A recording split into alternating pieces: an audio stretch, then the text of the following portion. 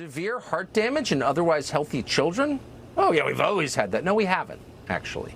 And Dr. Marty Makaray was virtually alone in the medical community when he warned about the risks of this. He warned for months. In March, he wrote to the CDC and said, you've got a duty to, quote, rigorously study the long-term effects of vaccine-induced myocarditis.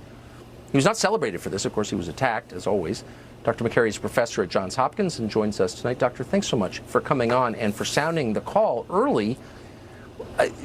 Is the idea going to be this is totally normal, it's always been this way?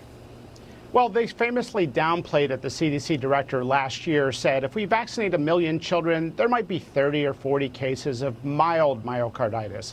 And they said if you get myocarditis from COVID, that's worse or happens at a higher rate. But that's not true. The studies have come out.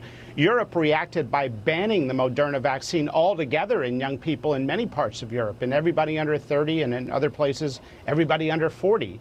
The tragedy that we're now learning that there's significant heart damage, 31% of people having physical activity restrictions.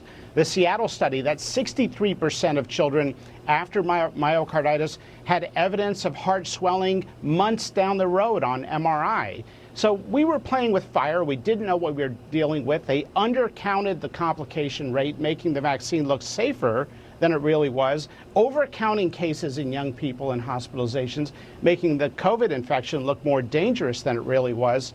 And the tragedy is that we could have saved children from myocarditis. We could have protected this nation's children from myocarditis. We could have spaced out the vaccine instead of that narrow 3-week interval. No vaccine's given 3 weeks apart, and the myocarditis happens after the second dose.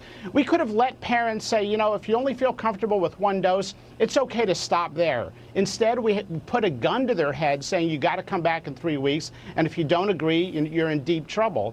And we could have been honest about the risk. In healthy children, that risk is so low, it's lower than the risk of the vaccine.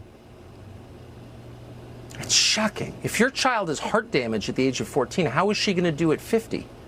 I mean, no one seems to be thinking about the future. You have, though, and we're grateful for it. Dr. Marty Makaray of Johns Hopkins. Much appreciated. Thanks.